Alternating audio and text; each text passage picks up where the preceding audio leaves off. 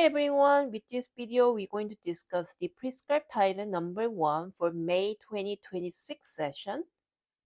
The first thing that I'd like to discuss with you guys is the TOK essay format.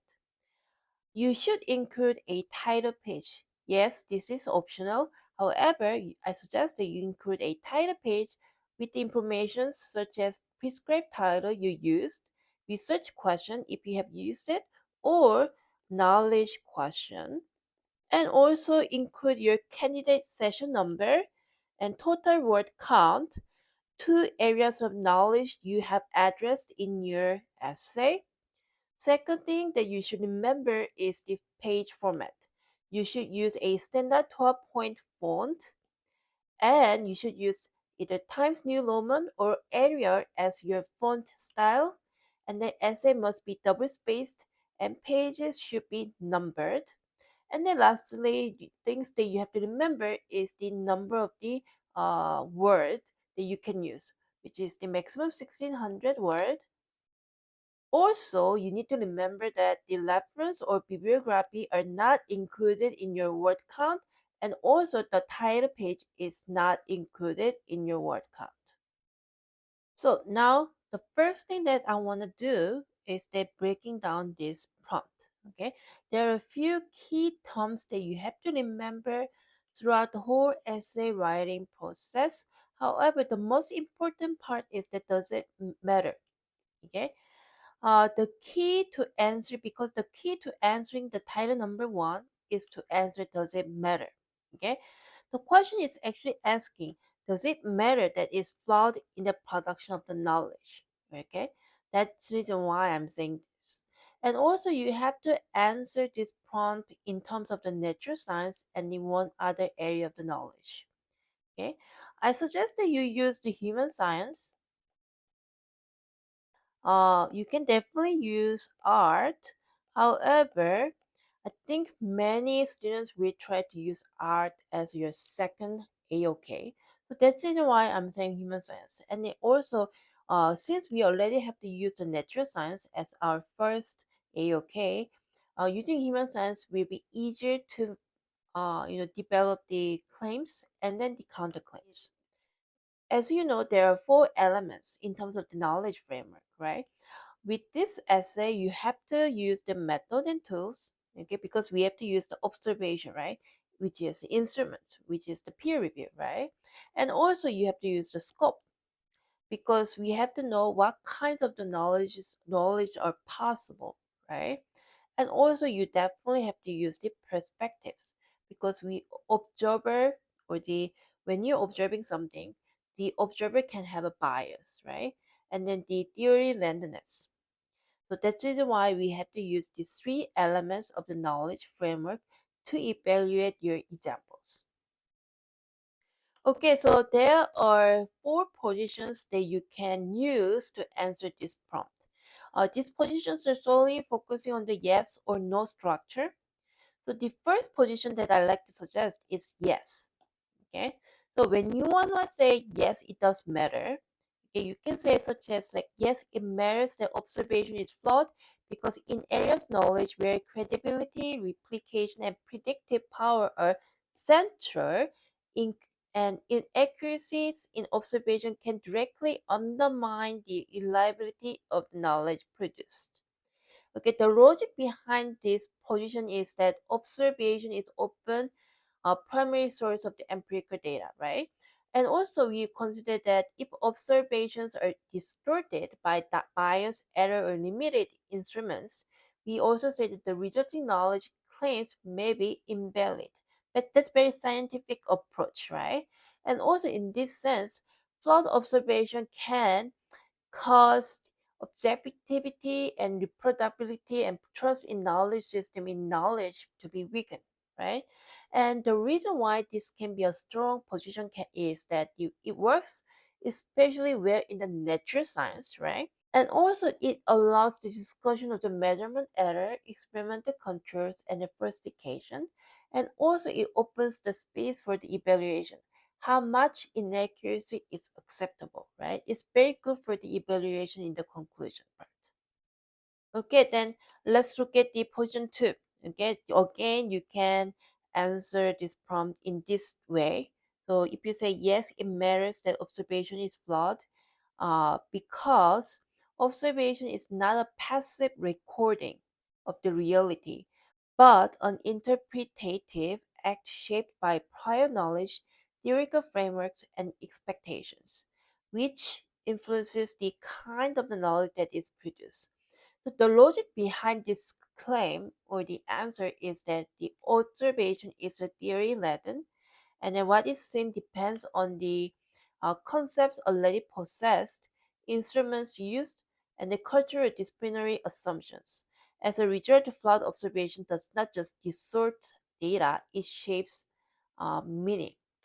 And then with this position, you can actually can create a good comparison between the two AOKs that you're going to use for this essay. Also, you can move beyond error into epistemic perspective, and then you can encourage the evaluation of the whether interpretation limits or enables knowledge. Okay, the third position that you can use is that no, it does not matter the observation is flawed because subjectivities in observation is not necessarily an epistemic weakness. Rather, it is an inherent and sometimes productive feature of how knowledge is generated and refined. The reason why I'm saying you can use this position is that human knowers can now observe without perspective, right? Instead of the eliminating subjectivity, knowledge system often acknowledge, right, cross-check and balance it through the multiple observers, and the flaws become part of the self-correcting process. That is reason why I'm saying you can use this position, and the reason why, another reason why you can use is that you can also avoid the naive objectives with this position and also allow discussion of the peer review, shared standard, and consensus. And it also works very well with the human science or history as a comparison. So if you use the position 3, you can definitely use the human science and history as your second AOK. That's the reason why I'm suggesting this position. Okay, then last position that I like to suggest is another no structure, but this time you can say something like, no, it does not matter that observation is flawed because contemporary knowledge production increasingly rely on alternative methods such as models, instruments, mathematical representation, and inferential reasoning that reduces the epistemic dependence on direct human observation. Okay, then the logic behind this position is that, we do know that knowledge is often produced through instruments extending perception, right? And the statistical analysis and simulations and models. Also, we do know that human observation becomes indirect, meditated, or secondary, right? And also, flaws are mitigated structurally, not individually. And then the other reason why I'm saying that this can be a strong position is that it's sophisticated and modern and highlights the method and tools in the knowledge framework and allows the evaluation of the whether meditation actually removes bias or just relocates it, right? That's the reason why this position can be another strong position to use with this prompt. Okay, then let's talk about your TOK structure formatting. Since you're answering this prompt in terms of yes or no, the structure should be very straightforward, simple. Okay, you should start with the introduction. Your first and second paragraphs of your body should be in terms of the natural science, and then third and fourth paragraph of your body should be in your other AOK. Okay, the first paragraph of your body should be claimed with the natural science. Second paragraph should be counterclaim with the natural science. Third paragraph should be claimed with the second AOK, as just suggested human science or art. Okay. First paragraph should be counterclaim with your second AOK. Okay, it should be same AOK, right? If you use human science, then these two paragraphs should be in human science. And then lastly, you should have a conclusion. Your introduction should have a 300 word. Okay, conclusion again it's about 300 word, and then the body should have 1,000 word count. Okay, then let's talk about how to format your introduction.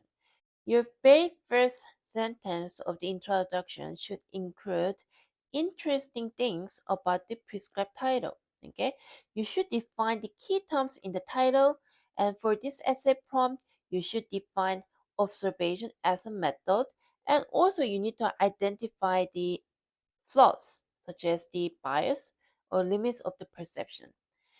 Certainly, you should state your thesis statement and along with the knowledge question. So it should be something like, to what extent do flaws in observation reduce the reliability of the knowledge produced, right? And then you should give the reader a roadmap. Clarify for the reader how you're going to explore this essay question. And also you should state AOKs clearly, because this prompt just telling you to use the natural science and asking you to choose your second AOK. Okay, then let's talk about the AOKs. Okay, so in your body, you have to analyze your AOKs. And then when you do that, you have to have a clear claim and the counterclaim, right? Then let's talk about the claim part of the natural science. So you can include something like, it matters that observation is flawed because reliable knowledge depends on the observation or accuracy. Or you can also say that in areas of knowledge where credibility, precision, and implications are essential, the flawed observation can weaken knowledge claims, right? This should be your central claim. So your claim here is that observation is a primary tool in the production knowledge. And if observations are inaccurate or biased, the data foundation of the knowledge is compromised, and therefore flawed observation directly affects the reliability of the knowledge, right? I'm using the position number one to discuss my examples here. So don't get confused, right? I'm using position number one to discuss my examples here. So the examples, what kind of examples can you use? I mean, since we are talking about the natural science, right? Use examples where small observational flaws produce large epistemic consequences, right? So good example types can be, experimental measurements, rely on accurate observation, right? Also, you can use cases such as the instrument limits or calibration errors can lead to the incorrect conclusion or weak predictions. Or you can use examples such as the flawed observation matters because it affects the validity of the scientific models, right? That can be the examples that you can use. So we are discussing this in terms of the natural science, right? So you have to use examples analytically here. So remember, you have to explain what was observed, identify how the observation was flawed, and then you need to show why that flaw matters for the knowledge. Okay, so for the counterclaim for the natural science, you definitely have to present a possible counterclaim as shown here. However, what you need to remember is that you need to develop your counterclaim. Okay, so you have your counterclaim, and then you're going to use example to support your counterclaim or to explain your counterclaim. However, what you need to remember is that you have to develop this counterclaim at the end. Okay, the reason why we want to do is that we want to support your claim, right? And then once you develop your counterclaim, in your mini conclusion, you're going to show how your claim is feasible by showing how the counterclaim can be developed, right? How by concluding how counterclaim got developed, right? That's what you need to remember. And then when you're writing your mini conclusion, remember just include about 2 to 3 sentences only. Okay? So remember, your mini conclusion is not about summarizing what you just did, right? Okay, then let's discuss your second AOK. I'm still using the position number one. Your claim should be exactly the same as your natural science claim. However, you should not use the same wording, right? Uh, what you need to remember is that you have to directly answer, does it matter? You should link flow, which is like, how it's impacting on the knowledge production, and then make sure you avoid the stating the obvious wording, right? And also, when you're discussing in terms of the human science, what you need to remember is that um, when you're discussing human science in terms of the claim that you're making, you need to remember that why human science works well, heavy reliance on observation, high stakes for the interpretation, and then it has less controllable variables, right? So examples that you can use is the something like observational studies like psychology and sociology are vulnerable to observers' bias, right? Or misinterpreting behavior can lead to the distorted generalization about the human behavior. Or another thing that you can remember is that flawed observation can reduce trust in findings used for the real world decisions. Those are the types of the examples that you can use for the human science. Okay, then for the conduct claim, same approach as the natural science. You should be talking about the exactly same thing, and also you should be using examples to support your counterclaim. When you are developing your counterclaim, you should have your example. You should analyze this, and you should deserve this counterclaim to support your claim, right? The supporting should happen in your mini conclusion, right? So mini conclusion is not just a conclusion of your claim, examples, and the counterclaim, right? What you need to remember is that your mini conclusion is not just summarization of your claim and the counterclaim and its examples, right? What you need to remember is that your mini conclusion is about how you represented your claim and how it's supported with your example. Also, what you need to remember is that you need to show how your claim is supported by deserving your counterclaim. Okay, that's what you need to show in your mini conclusion. Okay, so let's finally talk about the conclusion of your TOK essay. So this should be about 300 words, right? And then your conclusion must include a lesson statement, position, or insights about what you just did in your essay. Okay, so I suggest that you include all these 6 points. So I want you to start the conclusion by answering the question explicitly, and then use qualifying languages like TOK terms or the vocabularies that were used in your prompt, and refer to the knowledge production or the question that you use in your introduction. And then you should compare your two AOKs, right? You should say something insightful about the observation, which was the key point in your TOK essay. And then you should show evaluation, not just summary, right? Never summarize your mini conclusion. What you need to do is that using the mini conclusion, you should include evaluation of your analysis. Okay, that's how you should end your TOK essay. And that's it.